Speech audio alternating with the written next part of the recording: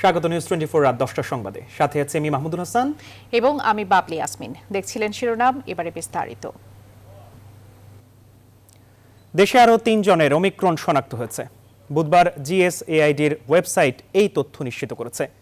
বনানী এলাকায় বসবাসকারী এই 3 জনের একজন নারী। এ নিয়ে দেশে মোট ওমিক্রনে আক্রান্তের সংখ্যা দাঁড়ালো 7 জনে। নতুন করে শনাক্ত হওয়া সকলেই সুস্থ আছেন বলে জানা গেছে। এদিকে করোনা মোকাবিলায় দক্ষিণ পূর্ব এশিয়ায় বাংলাদেশ প্রথম হয়েছে বলে জানিয়েছেন স্বাস্থ্যমন্ত্রী জাহিদ মালিক। দুপুরে রাজধানীর ঢাকা ক্লাবে এক অনুষ্ঠানে তিনি একথা জানান। তিনি বলেন, প্রয়োজনের তুলনায় 3 কোটি ডোজ বেশি ভ্যাকসিন হাতে আছে। বুস্টার ডোজ নিতে অযথা ভিড় না করে SMS পেলেই কেন্দ্রে যাওয়ার আহ্বান জানিয়েছেন স্বাস্থ্যমন্ত্রী।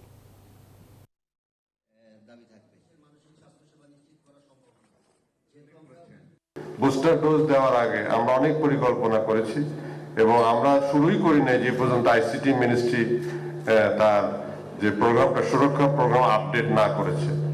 এবং আমরা এটাও করেছি যে SMS গেলেই শুধু যাবেন। বিশ্বজুড়ে করোনা ভাইরাসের নতুন ধরন ওমিক্রনের দাপটের মধ্যে বাংলাদেশেও দৈনিক শনাক্ত রোগীর সংখ্যা বেড়ে ফের 500-র কাছাকাছি পৌঁছেছে। বুধবার স্বাস্থ্য অধিদপ্তর জানিয়েছে 24 ঘন্টায় নতুন 495 জনের শরীরে করোনা ভাইরাসের সংক্রমণ ধরা পড়েছে। মৃত্যু হয়েছে আরও একজনের। একদিনে শনাক্ত রোগীর এই সংখ্যা 11 সপ্তাহের মধ্যে সর্বোচ্চ। এর আগে সর্বশেষ 13 অক্টোবর এর চেয়ে বেশি রোগীর সংক্রমণ ধরা পড়েছিল। 24 ঘন্টায় 20,914টি নমুনা পরীক্ষায় শনাক্তের হার 2.37%। 24 ঘন্টায় 372 জন সহ মোট 15,48,416 জন সুস্থ হয়েছেন।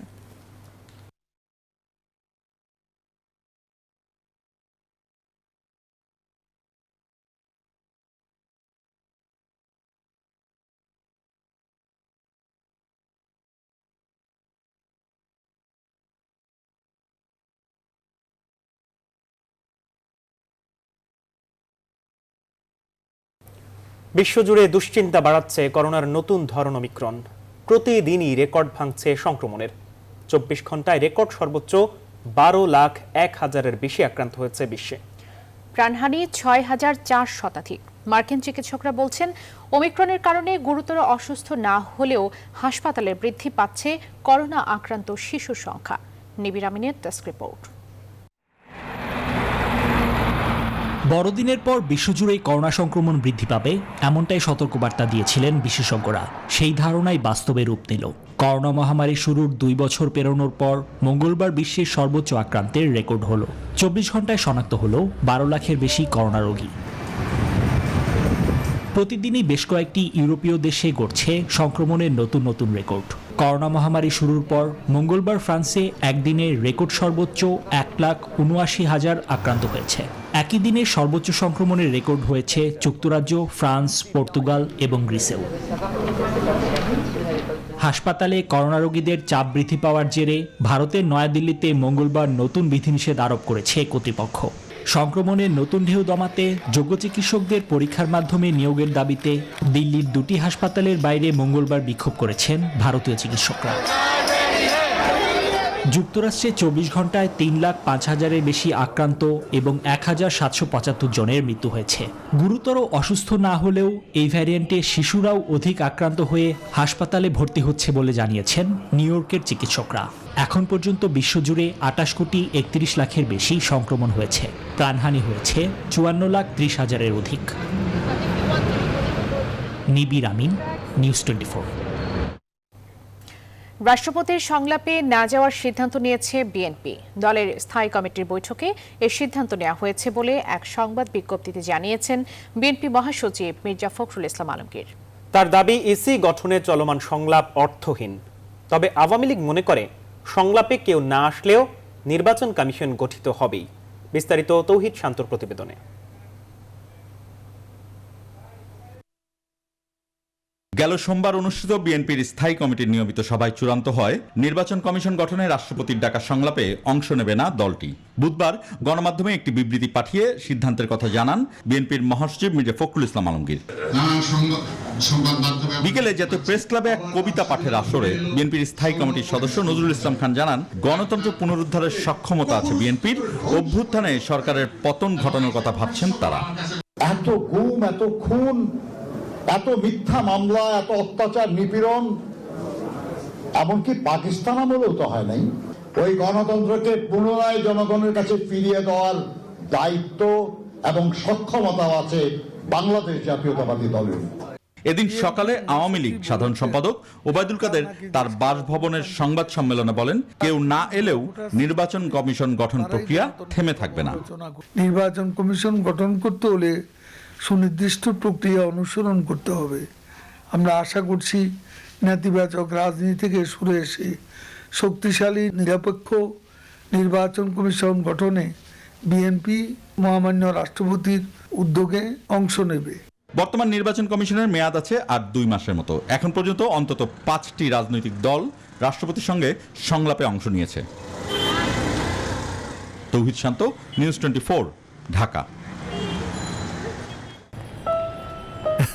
আসসালামু আলাইকুম। ইঞ্জিনিয়ার সাহেব বসেন। শোনো, ভালো রড লাগবে। স্যার, বাড়ি বানাতে এই রডই নেন। না, এটা চলবে না। স্যার, লেবু চা তো চলবে, এটাই তো দেশ সেরা। আরে দেশের সেরা তো সবাই বলে, আমার চাই বিশ্ব সেরা। বিশ্ব সেরা কোনটা? রড তো একটাই, জিপিএইচ কোয়ান্টাম। মানে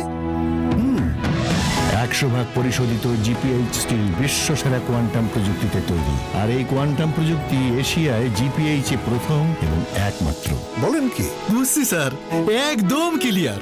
সেরা আর বিশ্ব সেরার মধ্যে অনেক তফাৎ। সত্যই বাংলাদেশ অনেক আগায় গেছে। মোদি ভাই, আমারও তো বিশ্ব সেরা রড।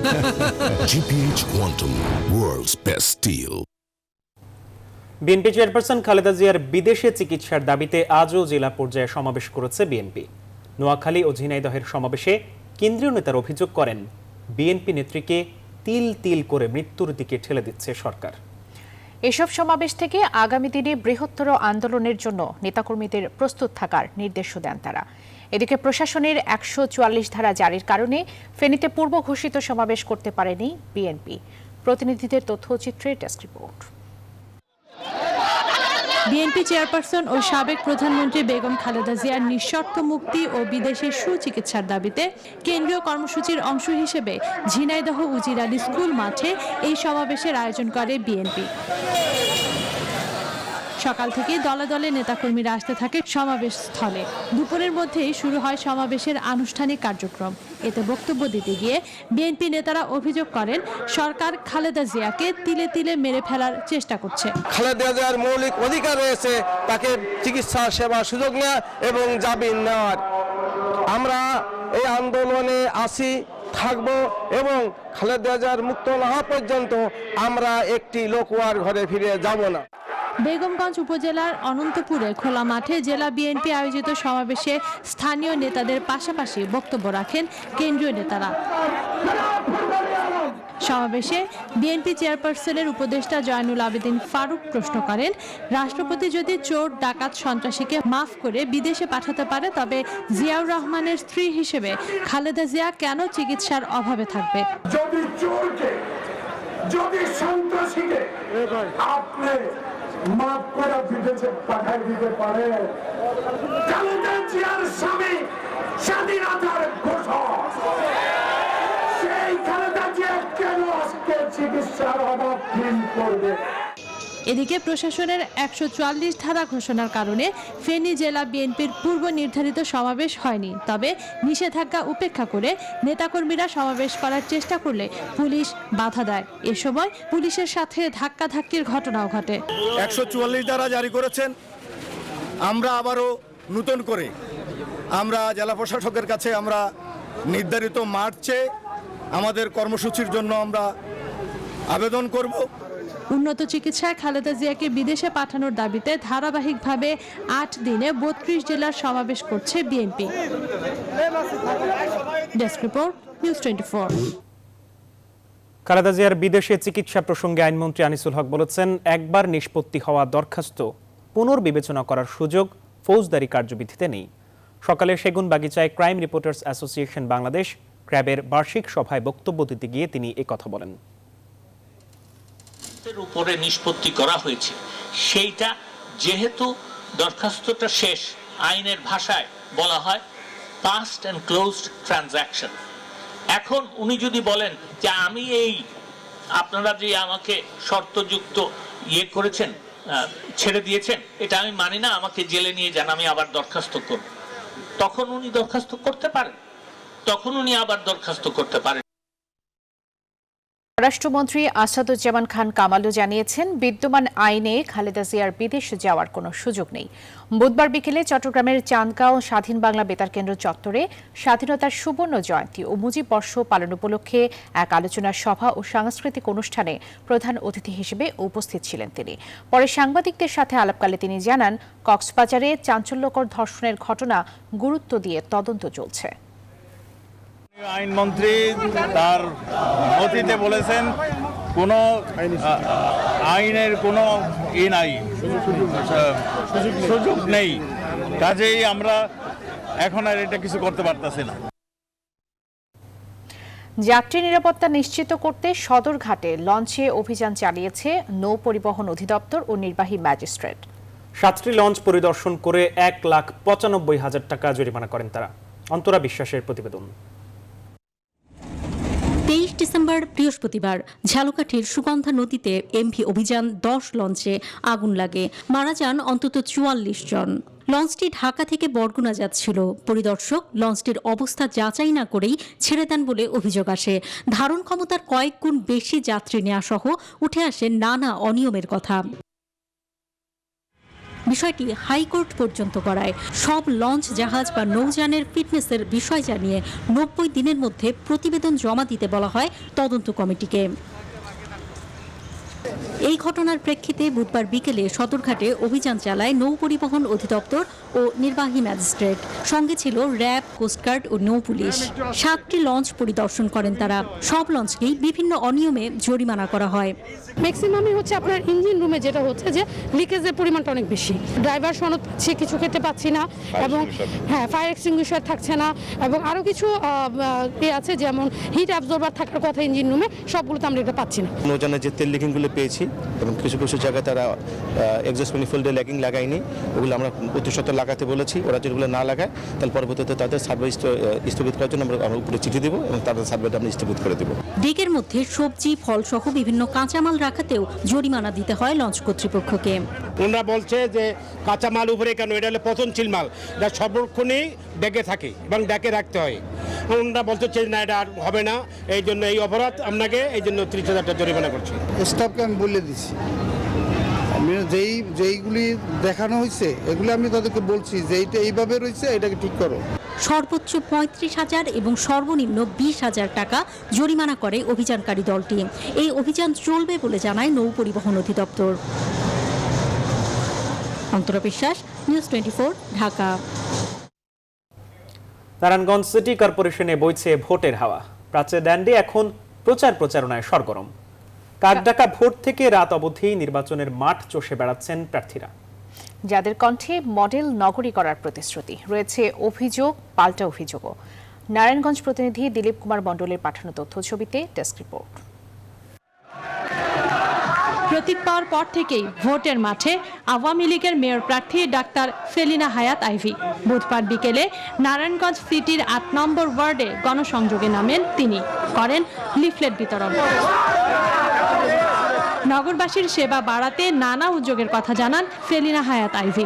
তার আশা, এবারও নৌকার জোয়ার বইছে, তাকেই বিজয়ের মালা পরাবেন ভোটাররা। নির্বাচন ঘিরে প্রতিদ্বন্দ্বী প্রার্থীর আনা অভিযোগকে ভিত্তিহীন বলেও দাবি করেন তিনি। যদি আমি ট্যাক্স বাড়াতাম তাহলে এই 5 বছর কেন কেউ অভিযোগ করলো না? হঠাৎ করে এই স্ট্যান্ডবাজি করে তো মানুষকে বোকা বানানো যাবে না। যেটা ট্যাক্স সেটা পাবলিক দিচ্ছে এবং আরামসেই দিচ্ছে, হঠাৎ উনি এসে বিভ্রান্তি তৈরি করার চেষ্টা করছে। প্রচারণায় ব্যস্ত সময় পার করছেন স্বতন্ত্র মেয়র প্রার্থী অ্যাডভোকেট তৈমুর আলম খন্দকার। সকাল 10:30টায় সিদ্ধিরগঞ্জের বিভিন্ন ওয়ার্ডে প্রচারণা চালান তিনি। তার কণ্ঠে মডেল সিটি কর্পোরেশন গড়ার প্রতিশ্রুতি।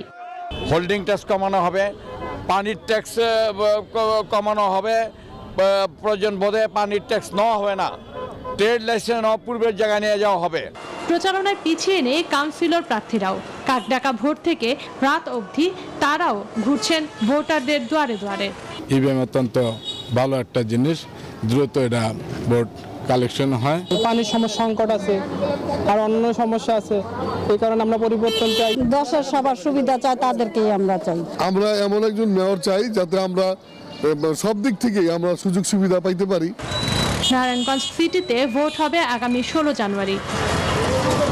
Desk report, news 24। খেলাপি ঋণ কমানো গেলে গ্রাহকদের আরও কম খরচে উন্নত ব্যাংকিং সেবা দেওয়া সম্ভব। এক্ষেত্রে ঋণ খেলাপিদের বিরুদ্ধে আইনের কঠোর প্রয়োগ প্রয়োজন। বুধবার রাজধানীর বসুন্ধরা আবাসিক এলাকায় ঢাকা ব্যাংকের শাখা উদ্বোধন অনুষ্ঠানে এসব কথা বলেন ব্যাংকের chairman Abdul high Sarkar.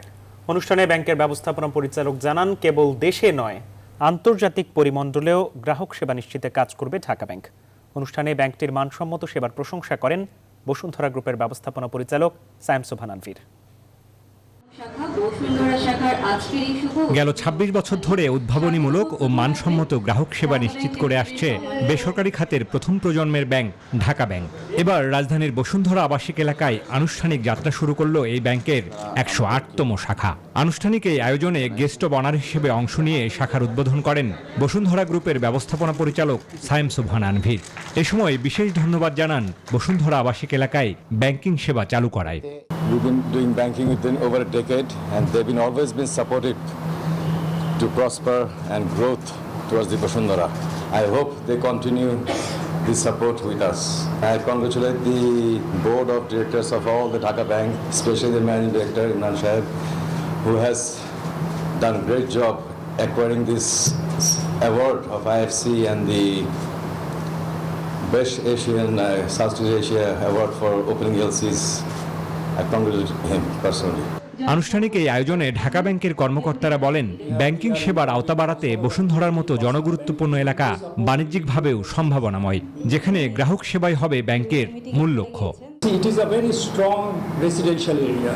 It is the right time to come here. The bank মানে customer, without customer bank is zero, কিছুই না।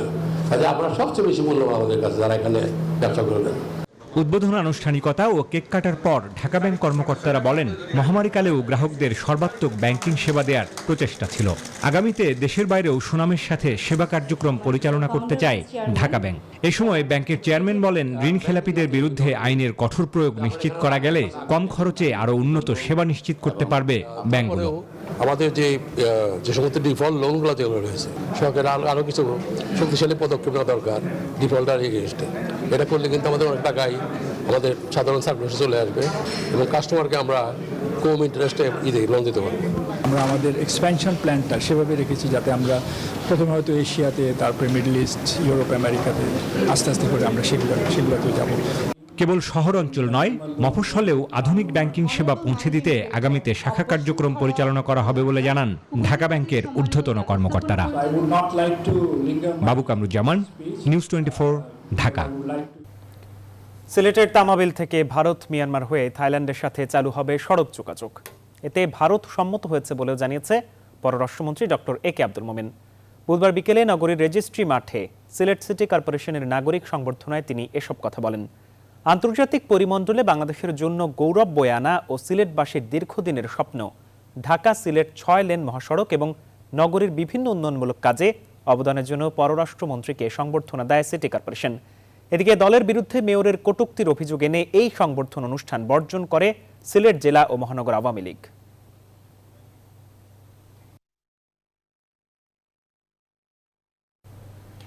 কর্মকর্তা কর্মচারীদের দুর্নীতির বিরুদ্ধে ব্যবস্থা নিতে মাধ্যমিক ও উচ্চ শিক্ষা অধিদপ্তরকে 2 মাস সময় বেঁধে দিয়েছে দুর্নীতি দমন কমিশন। দুদকের তলবে বুধবার সকালে হাজির হন মাউসি মহাপরিচালক। শুনানি শেষে দুদক সচিব জানান, মাউসি কর্মকর্তা কর্মচারীদের বিরুদ্ধে আসা অভিযোগের তদন্তে কি ব্যবস্থা নেওয়া হয়েছে তা জানতেই ডিজিকে ডাকা হয়।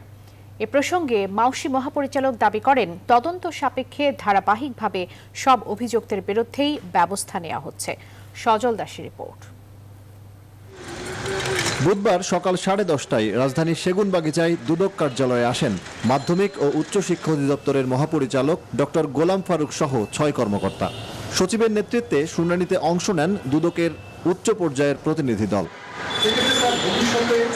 শুনানি শেষে দুদক সচিব জানান, যেসব অভিযোগের নিষ্পত্তি হতে বাকি আছে সেগুলোর কাজ শেষ করতে মাউশিকে ফেব্রুয়ারি পর্যন্ত সময় দেওয়া হয়েছে। ফেব্রুয়ারি মাসের শেষ তারিখ পর্যন্ত আমরা সময় দিয়েছি। এর মধ্যে ওনারা কমিটমেন্ট দিয়েছেন যে যতগুলো কাজ পেন্ডিং আছে, যেগুলো হয়নি, সবগুলো কাজ শেষ করে আমাদেরকে আপডেট করে দিবেন এবং যদি কারো বিরুদ্ধে অভিযোগ প্রমাণিত হয় ওনারা ব্যবস্থা নেবেন। এ সময় নিজের বিরুদ্ধে আসা দুর্নীতির অভিযোগ অস্বীকার করে মাউশি মহাপরিচালক দাবি করেন, কর্মকর্তা কর্মচারীদের বিরুদ্ধে আসা প্রতিটি অভিযোগের তদন্ত করে ব্যবস্থা নেওয়া হচ্ছে বলেই দুর্নীতি কমানো সম্ভব হয়েছে। প্রত্যেকটা অভিযোগের সম্পর্কে কিন্তু আমাদের তদন্ত হয়েছে। কোনো অভিযোগ দুদক তদন্ত করেছে, কোনো অভিযোগ মন্ত্রণালয় তদন্ত করেছে, প্রত্যেকে তদন্ত করেছে এবং তদন্ত অনুযায়ী ব্যবস্থাও নেওয়া হয়েছে। দুদক সূত্রে জানা গেছে, কর্মকর্তা কর্মচারীদের বিরুদ্ধে এ পর্যন্ত মাউশিকে 240টি চিঠি পাঠিয়েছে দুদক। সেসব চিঠিতে তদন্ত সাপেক্ষে প্রয়োজনীয় ব্যবস্থা নিয়ে কমিশনকে জানানোর কথা বলা হলেও বেশিরভাগ ক্ষেত্রেই মাউশির পক্ষ থেকে তেমন সাড়া মেলেনি। সজল দাস, নিউজ 24, ঢাকা। ভুয়া করোনা পরীক্ষা ও সনদ জালিয়াতি ও করোনা আক্রান্ত রোগীদের কাছ থেকে অর্থ আত্মসাতের মামলায় রিজেন্ট হাসপাতালের মালিক শাহেদের বিরুদ্ধে চার্জশিট অনুমোদন দিয়েছে দুদক। 2019 সালে তার রিজেন্ট হাসপাতালে অভিযান চালায় আইন শৃঙ্খলা বাহিনী। এ সময় ভুয়া করোনা পরীক্ষা ও সনদ জালিয়াতির প্রমাণ পায় তারা। এই অভিযোগ তদন্ত শুরু করে দুর্নীতি দমন কমিশন। এরই প্রেক্ষিতে তদন্ত শেষে আজ অভিযোগপত্র অনুমোদন দিল দুদক।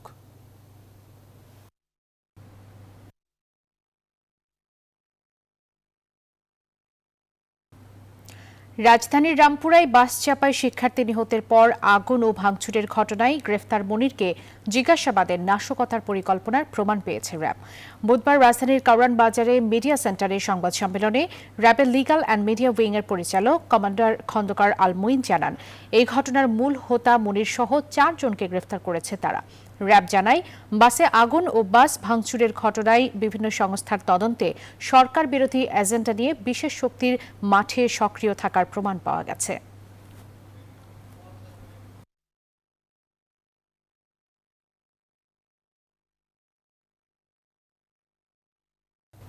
ঝালকাঠিতে লঞ্চে অগ্নিকাণ্ডের ঘটনায় 6ষ্ঠ দিনের মতো উদ্ধার অভিযান চালানো হয়েছে। বুধবার বিষখালী নদী থেকে স্থানীয়দের দেয়া তথ্যের ভিত্তিতে ফায়ার সার্ভিস কর্মীরা আরও 2 জনের মরদেহ উদ্ধার করে। এ নিয়ে উদ্ধার অভিযান শুরু হওয়ার পর থেকে ঝালকাঠির সুগন্ধা ও বিষখালী নদী থেকে 5 জনের মরদেহ উদ্ধার করা হলো। ফায়ার সার্ভিসের কর্মকর্তারা জানিয়েছেন, পরবর্তী নির্দেশ না পাওয়া পর্যন্ত তাদের উদ্ধার অভিযান অব্যাহত থাকবে।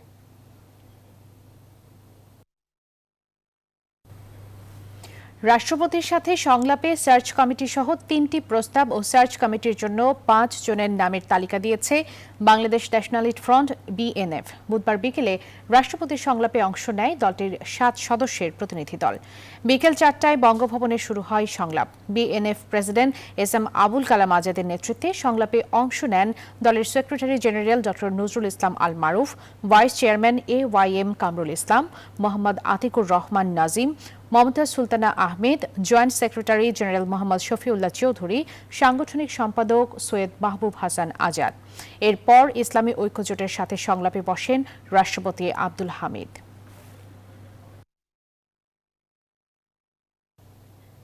এবার ফার্স্ট সিকিউরিটি ইসলামী ব্যাংক অর্থ বাণিজ্যের সংবাদ।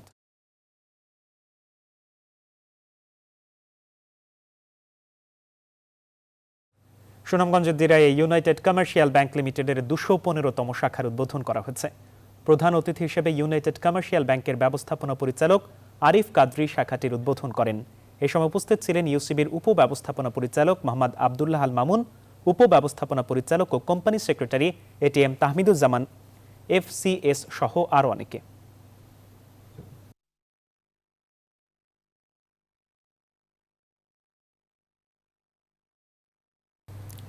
ঢাকায় সিনেমার ড্যাশিং হিরো সোহেল রানা ICUতে। তিনি করোনায় আক্রান্ত হয়ে সম্প্রতি হাসপাতালে ভর্তি হন। অবস্থা সংকটাপন্ন হওয়ায় এই বীর মুক্তিযোদ্ধাকে ICUতে নেওয়া হয়েছে। নিউজ 24কে বিষয়টি নিশ্চিত করেছেন চলচ্চিত্র শিল্পী সমিতির সভাপতি মিশা সওদাগর। তিনি জানান, নায়ক, প্রযোজক এবং পরিচালক মাসুদ পারভেজ সোহেল রানা গত রোববার রাজধানীর এভার কেয়ার হসপিটালে ভর্তি হন। দীর্ঘ ক্যারিয়ারে সোহেল রানা বহু কালজয়ী সিনেমা উপহার দিয়েছেন। 3 বার পেয়েছেন জাতীয় চলচ্চিত্র পুরস্কার। 2019 সালে জাতীয় চলচ্চিত্র পুরস্কারে আজীবন সম্মাননা পান সোহেল রানা। এবার আন্তর্জাতিক প্রসঙ্গ। মিয়ানমারে সামরিক বাহিনীর হামলায় আন্তর্জাতিক দাতব্য সংস্থা সেভ দ্য চিলড্রেনের 2 জন কর্মীর নিহত হওয়ার কথা নিশ্চিত করেছে বিবিসি। দাতব্য সংস্থাটি বলেছে, মিয়ানমারের পূর্বাঞ্চলীয় কায়া রাজ্যে দেশটির সামরিক বাহিনীর হামলার পর নারী ও শিশু সহ 35টির বেশি মরদেহ উদ্ধার করা হয়েছে এবং অন্যদের লাশ পোড়ানোর আগে হত্যা করে বলে দাবি সংস্থাটির। মার্কিন পররাষ্ট্রমন্ত্রী অ্যান্টনি ব্লিংকেন বলেছেন, জান্তা বাহিনীকে জবাবদিহি করতে হবে এই হামলার। তিনি মিয়ানমারের সামরিক বাহিনীর কাছে অস্ত্র বিক্রি নিষিদ্ধ করারও আহ্বান জানান।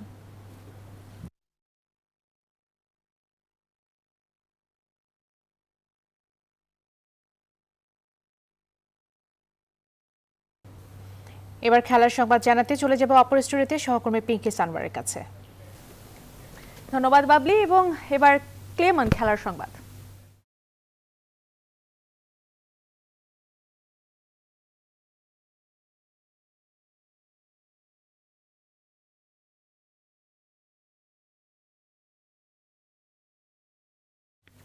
সদ্য সমাপ্ত সাফ অনূর্ধ্ব 19 নারী চ্যাম্পিয়নশিপের শিরোপা জয়ী বাংলাদেশ দলকে সংবর্ধনা দেবে বসুন্ধরা গ্রুপ।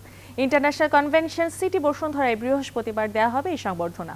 এবারে সাফ অনূর্ধ্ব 19 নারী চ্যাম্পিয়নশিপে বাংলাদেশ ছাড়া অংশ নেয় ভারত, নেপাল, ভুটান ও শ্রীলঙ্কা।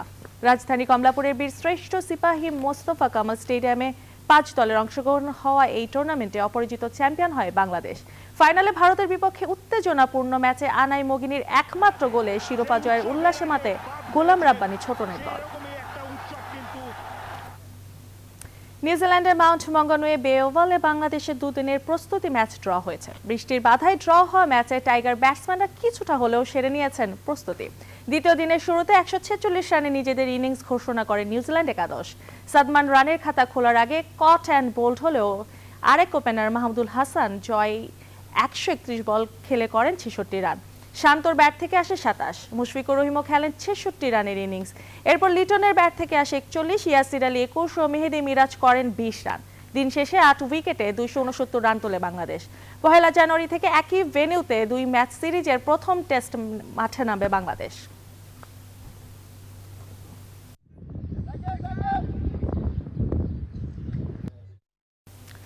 অনূর্ধ্ব 19 এশিয়া কাপের সেমিফাইনালে বৃহস্পতিবার ভারতের মুখোমুখি হবে বাংলাদেশ। সংযুক্ত আরব আমিরাতের শারজাহ ক্রিকেট স্টেডিয়ামে ম্যাচটি শুরু হবে সকাল 11:30টায়।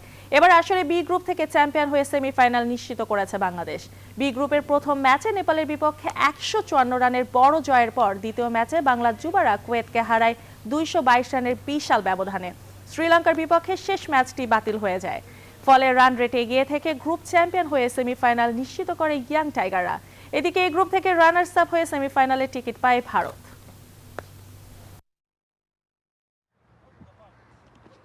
ইন্ডিয়ার সাথে আমরা বিগত একটা সিরিজ জিতছি, ওটা তো আমাদের খুব মেন্টালি হেল্প করবে, আমাদের ওদের সাথে ভালো করে ইন্সপিরেশন আসবে, ছেলেরা যাতে আমাদের সাথে ভালো করে এবং আমরা চেষ্টা করব আমাদের বেস্টটা দিয়ে মাঠে যাতে আমরা ওদের সাথে জিততে পারি। এবং আমরা এখানে বিগত 2-3টা ম্যাচই এখানে খেলছি শারজাহে, সো এটা আমাদের অ্যাডভান্টেজ হিসেবে থাকবে আমাদের ভালো করার জন্য। রিয়াল মাদ্রিদের পর এবার বার্সেলোনা করোনা ভাইরাসে জর্জরিত। ক্লাবটি জানিয়েছে লংলে অ্যালভেসের পর কোভিড আক্রান্ত হয়েছেন জর্ডি আলবা। লা লিগার দলটি মঙ্গলবার এক বিবৃতিতে 32 বছর বয়সী লেফট ব্যাকের আক্রান্ত হওয়ার কথা জানায়। লংলে অলভেস কোভিড পরীক্ষায় পজিটিভ হন সোমবার। আলবা ভালো আছেন এবং বাড়িতে আইসোলেশন আছেন বলে জানানো হয়েছে। বড়দিনের ছুটির পর আগামী রোববার লা লিগায় রিয়াল মায়োর্কার বিপক্ষে ম্যাচ দিয়ে মাঠে ফিরবে বার্সেলোনা। 18 ম্যাচে 28 পয়েন্ট নিয়ে লিগের 7 নম্বরে আছে জাভির দল।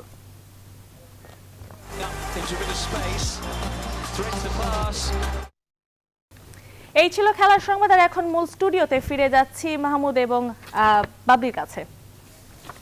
ধন্যবাদ পিঙ্কি আমাদের সাথে যুক্ত হওয়ার জন্য এবং খেলার সংবাদ জানানোর জন্য। এখন এই পর্যন্তই। আর এই সংবাদ বিশ্লেষণ জানতে ভিজিট করুন news24bt.tv। সাথে থাকার জন্য ধন্যবাদ।